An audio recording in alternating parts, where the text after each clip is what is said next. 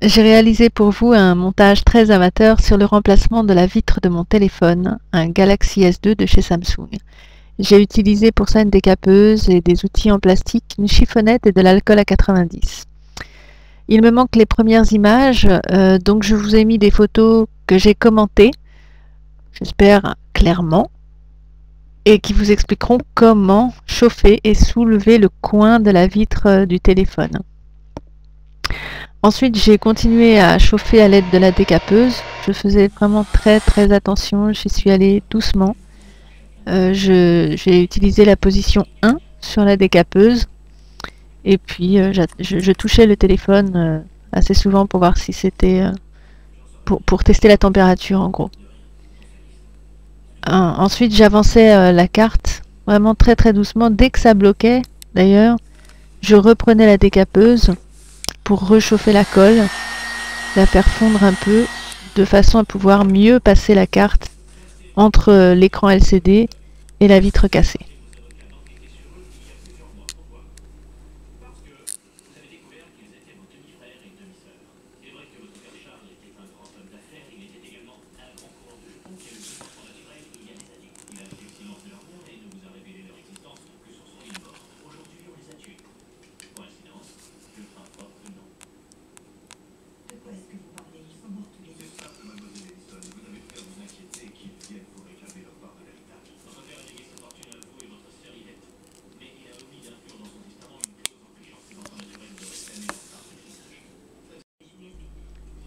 Et voilà un morceau de moins.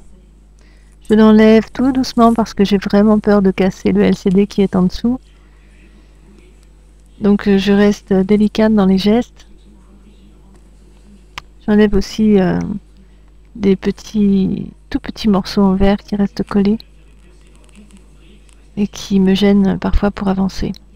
Donc je continue en poussant la carte en plastique toujours doucement. Je ne me hâte pas. Et croyez-moi, c'est pas simple.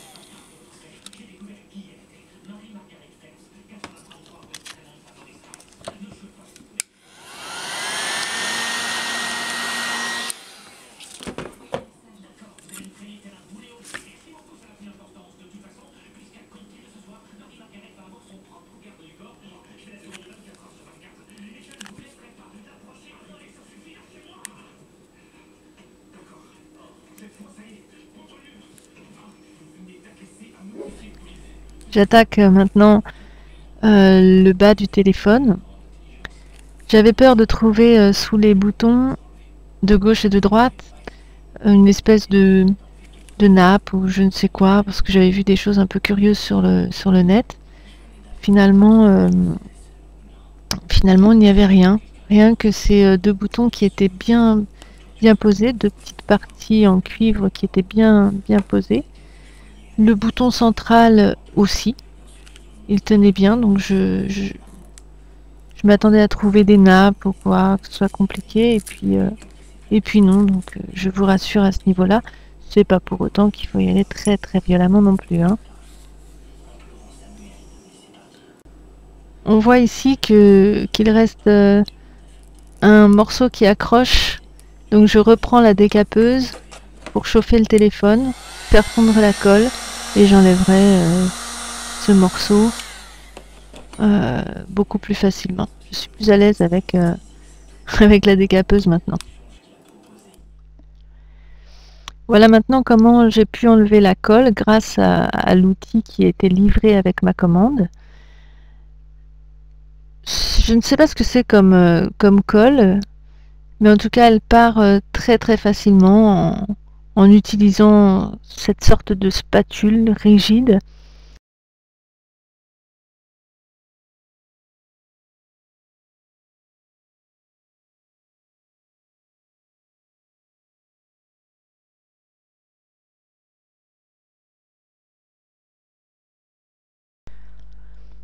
Voilà, j'enlève les derniers résidus de colle, de verre que l'on peut trouver sur le téléphone, et ça grâce à un chiffon et de l'alcool.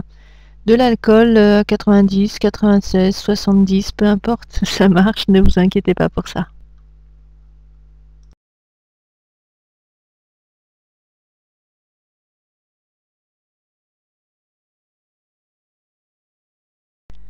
Donc l'écran se rallume bien, je suis contente.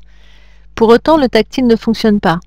C'est tout à fait normal quand on sait qu'un écran LCD n'est pas tactile. Donc vous pouvez essayer comme ça, et vous voyez que ça ne fonctionnera pas. Donc pas d'inquiétude, une fois la vitre posée, tout rentrera dans l'ordre. Voilà le gabarit avec l'adhésif double face que je vais utiliser pour coller la vitre au téléphone. J'enlève maintenant la pellicule de l'adhésif double face avant de positionner le gabarit sur le téléphone. Je positionne donc le gabarit sur le téléphone, et ça parfaitement.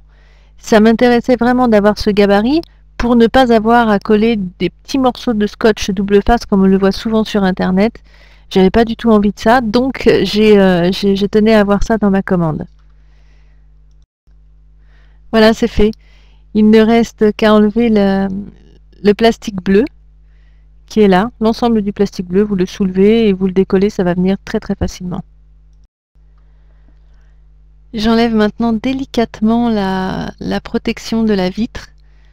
Je laisse l'autre protection avant de coller la vitre parce que je ne veux pas qu'il y ait des particules, de la poussière ou quoi que ce soit entre l'écran LCD et la vitre que je viens de positionner. Je fais attention à bien caler la vitre sur le téléphone. J'appuie bien avant de redémarrer le téléphone. Et voilà le moment de vérité. J'allume, ça marche.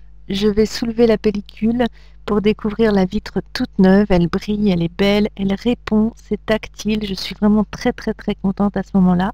J'ai récupéré un joli téléphone. Enfin, j'ai bataillé un petit peu quand même.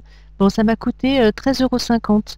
Donc finalement, ça vaut vraiment le coup à côté des 130 à 193,50 € de devis que j'ai fait faire. Vraiment, je suis contente. J'aime oser ce genre de choses. Tout le monde n'aime pas ça. Moi, j'aime beaucoup. Donc, si vous avez envie, n'hésitez pas.